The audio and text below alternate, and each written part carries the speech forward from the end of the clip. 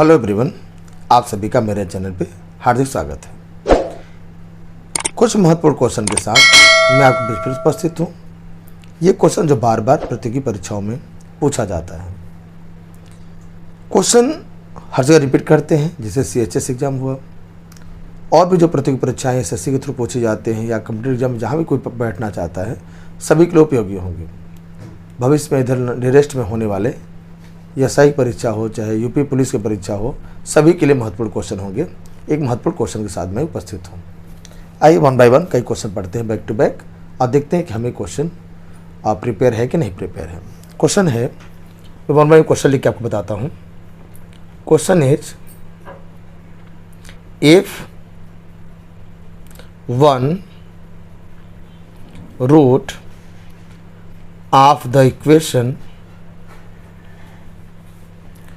of the equation 2x square plus kx plus 4 equal to 0 is 2, then value आपकी हमें बताना है। मतलब यदि समीकरण 2x घाते 2 प्लस kx प्लस 4 बराबर 0 का एक मूल 2 है, तो k का मान है। k का मान है मैंने हमें ज्ञात करना है। ऑप्शन यहाँ पे रहे हैं 6, दूसरा ऑप्शन है -6, तीसरा ऑप्शन है -1 और चौथा ऑप्शन है 1।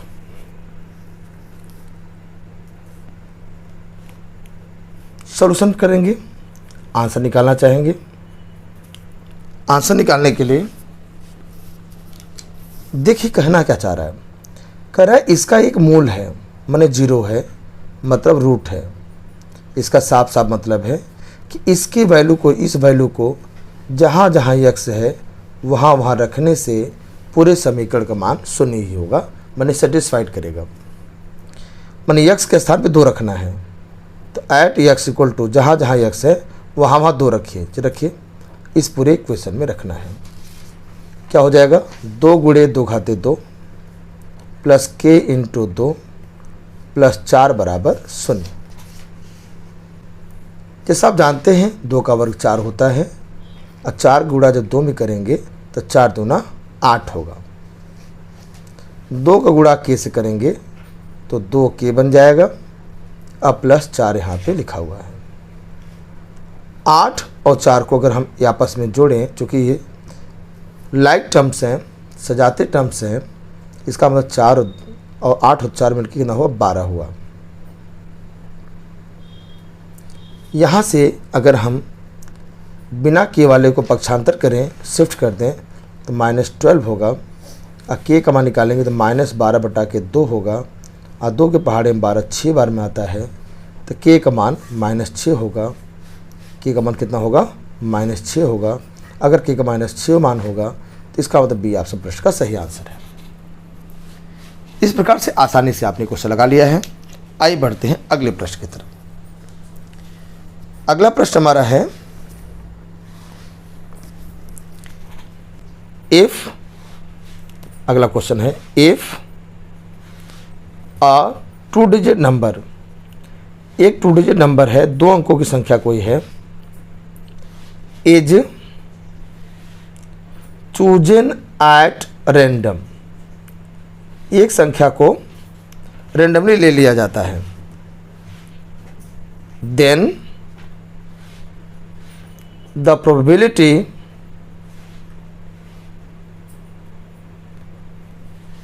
That the number chosen is a multiple of 3 is।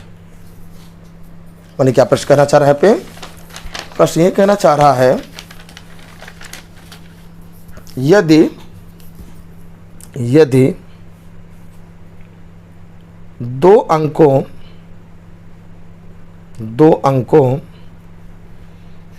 की संख्या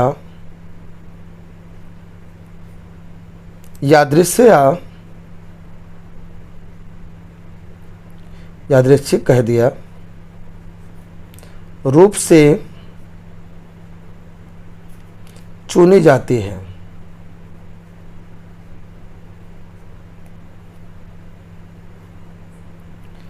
तो संभावना है कि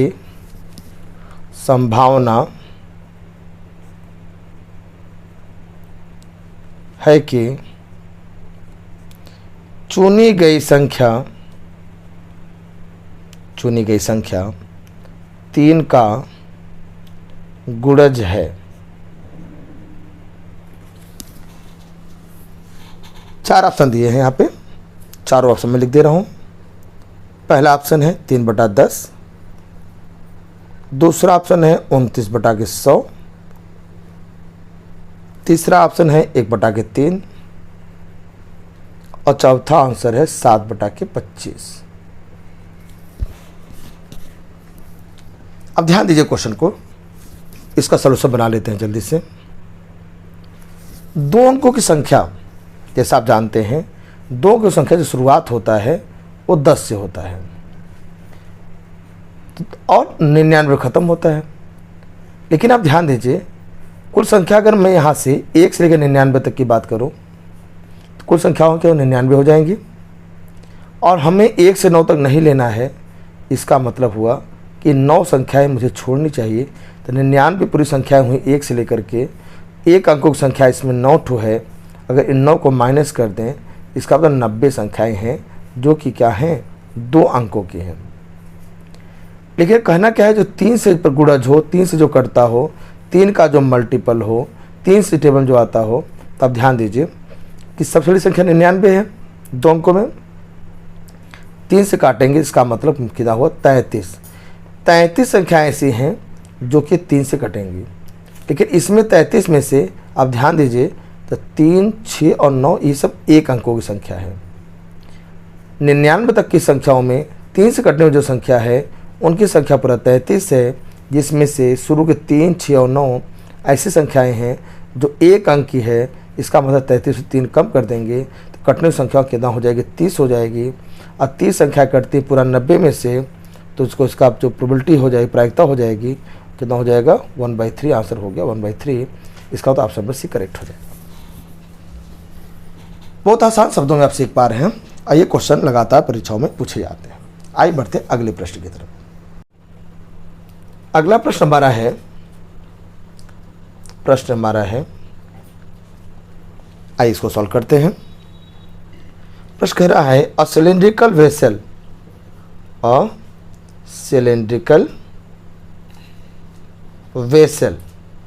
यानी कोई बर्तन of radius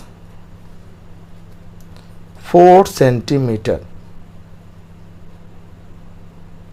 contains water,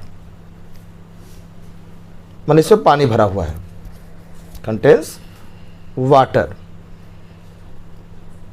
a solid sphere of radius 3 centimetre is lowered, मैंने उसमें डाल दिया जाता है, इनटू द वाटर, माने पानी में डाल दिया जाता है। अंटिल तब तक डाला जाता है उसको अंदर, इट इज कंप्लीटली, माने पूर्ण रूप से, कंप्लीटली सबमर्ज्ड, माने पानी पूरा डूब नहीं जाता, तब तक उसको अंदर तक डाल दिया जाता है। The water level in the vessel will rise by माने कितना पानी का लेवल बढ़ जाएगा। हिंदी में समझे तो 4 सेंटीमीटर त्रिज्या वाले एक बेलनाकार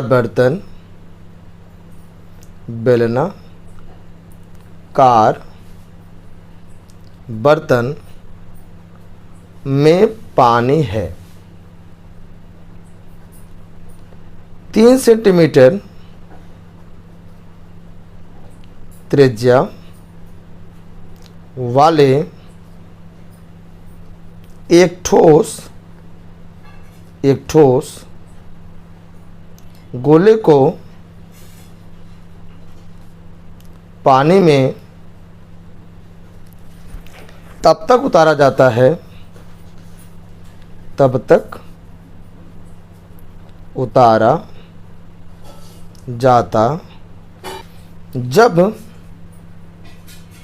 जब तक कि वह पूरी तरह डूब न जाए। बर्तन में पानी का स्तर बढ़ जाएगा। कितना बढ़ जाएगा, इसका उद्देश्य यह है।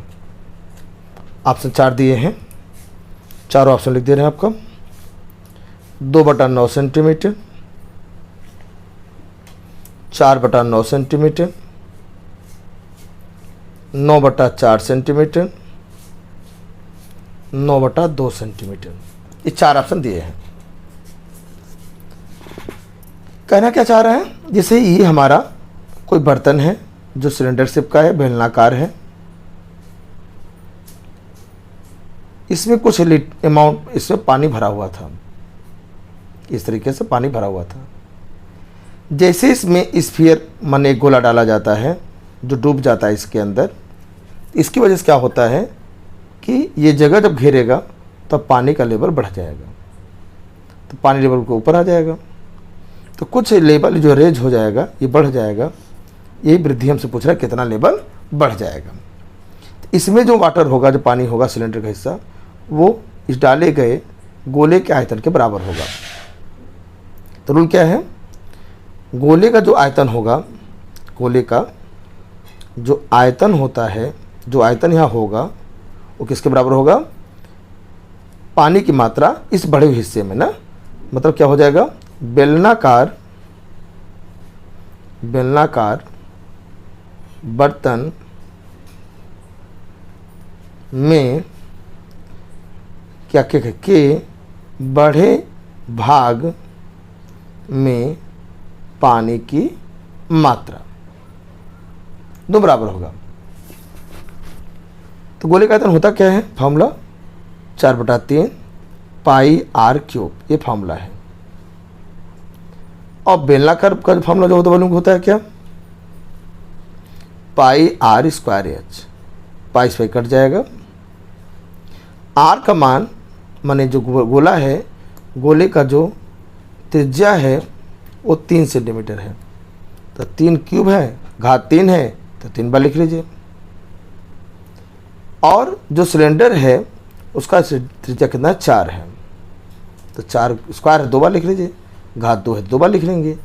और हमसे ये हाइट पूछ रहा है कितना पानी बढ़ जाएगा इस हिस्से में, क्योंकि ये जो हिस्सा है वो भी लाइक जो सिलेंडर के सिलेंडर ही है ना, कैसा है, सिलेंड्रिकल हिस्सा है, ये ऐसा सिलेंडर बन रहा है, तो ये वाला हिस्सा भी सिलेंड्रिकल हमारा है। इस भाग पे मैं किस क्वेश्चन लगा रहा हूँ। 3 से 3 कट गया, 4 से 4 कट गया, यस निकालेंगे, 3 3 त्रिका 9 हो जाएगा। अब मल्टीप्लाई वाला डिवाइड में आएगा, तो 9/4 ऑप्शन सी एकदम सही आंसर है। तो आई होप आपको समझ में आया होगा क्वेश्चन, इस तरह आसानी से आपने लगा लिया होगा। आइए बढ़ते हैं अगले प्रश्न की तरफ। अगला प्रश्न है, the radii of 2 cylinders are in the ratio 3:5, 3:5. If their heights are in the ratio of 2:3, then the ratio of their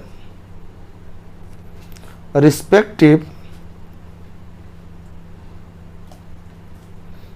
curved surface areas is, हमसे पूछ रहा है,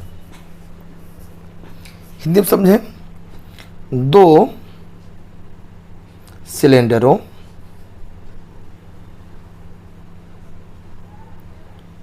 की त्रिज्याओं का अनुपात 3:5 है। यदि उनकी ऊंचाई 2:3 के अनुपात में है तो उनके वक्र पृष्ठीय क्षेत्रफल का क्रमशः अनुपात है। 4 ऑप्शन दिए हैं, ऑप्शन लिख लीजिए चारों। पहला ऑप्शन है 2:5, दूसरा है 5:2, तीसरा दिया है 2:3 और चौथा अनुपात प्रश्न अनुसार 3:5। प्रश्न में कह क्या रहा है समझ लीजिए। दो सिलेंडर हैं, त्रिज्याओं का अनुपात दिया है, ऊंचाई का अनुपात दिया है, उनके कर्व सरफेस एरिया का अनुपात बताना है। ध्यान दीजिए, अगर मैं पहले के कर्व सरफेस एरिया को, पृष्ठीय क्षेत्रफल को C1 कह दूं और दूसरे के अनुपात को C2 कह दूं, बलू को, तो हमको बताना है, तो C1/C2 हो जाएगा। जो सिलेंडर होता है उसका जो सरफेस एरिया होता है, कर्व सरफेस एरिया होता है, वो 2πRH होता है। तो पहले के लिए मैंने 1 में लगा दिया R1H1 और दूसरे को हो जाएगा 2πR2H2। पहचानने के लिए कि ये पहले वाले का है, ये दूसरे वाले का है। 2π कट गया। अच्छा, यहाँ ध्यान दीजिए, ये R1/R2 हो गया, ये H1/H2 हो गया। अनुपात दिया 3:5, तो R1/R2 अनुपात में अपान में लिखेंगे, ये 3/5 हो गया। ये हमारा हो गया कितना, 2/3 हो गया। 3 कट गया, आंसर हुआ 2:5। 2:5 का मतलब ऑप्शन नंबर ए यहाँ पे 100% करेक्ट है, बिना किसी प्रॉब्लम के। इतना आसानी से लग गया। क्वेश्चन बड़ा है, टाइम टेकिंग है, क्योंकि ये पेपर में आया हुआ क्वेश्चन है और मैं उसी को हल करा रहा हूँ। और आप सीखिए और लगाइए, अगर आ रहा है समझ में तो उसको कमेंट कर ज़रूर बताएं। और आपका आंसर कितना आ रहा है, क्या आप गलत कर दे रहे हैं, क्या मेरा आंसर से आपका आंसर टैली कर रहा है, इसको आप सॉल्व करके कमेंट सेक्शन जरूर बताएं। आइए एक क्वेश्चन और लगाते हैं, इसके बाद फिर इसके नेक्स्ट जो सीरीज होगा, नेक्स्ट कड़ी में मैं आपको कुछ क्वेश्चन और करा दूंगा इसका। ये प्रश्न हमारा अगला है। प्रश्न क्या कह रहा है, यदि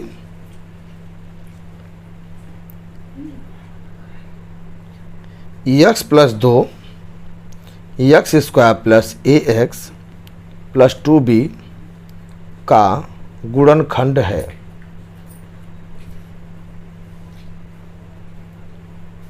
और a + b का मान 4 है, तो a और b का मान हमें बताना है।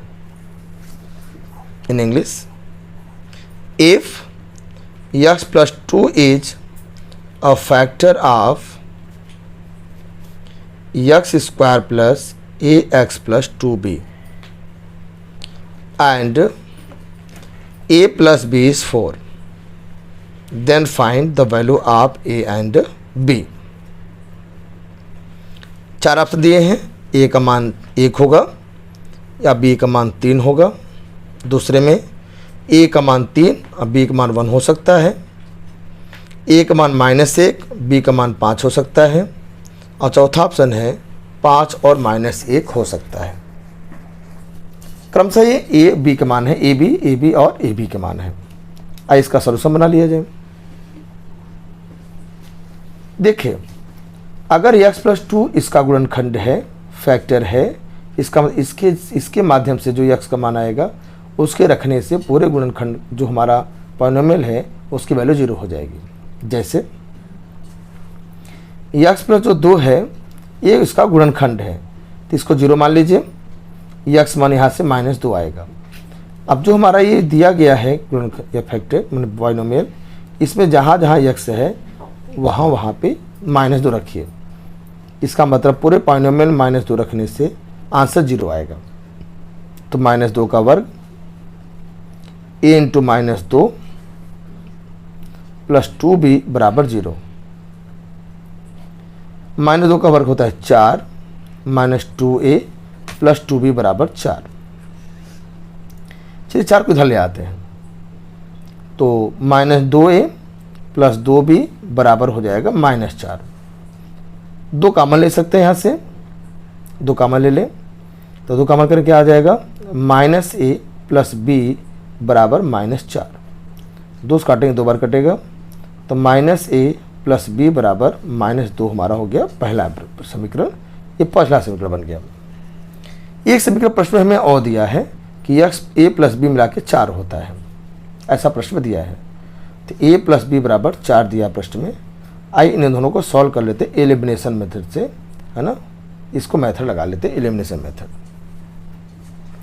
a यहाँ कट जाएगा जोड़ने से, b और b मिलने से 2b हो जाएगा, और 4 में से 2 गया तो 2 आ जाएगा। 2 b काटेंगे, यहाँ पे 2 × 2 कटेगा, तो b का मान 1 आ गया। अब इस b का मान किसी एक में रख सकते हैं, चलिए रखते हैं। चूँकि a + b का मान 4 है तो b की जगह पे हम 1 रख सकते हैं।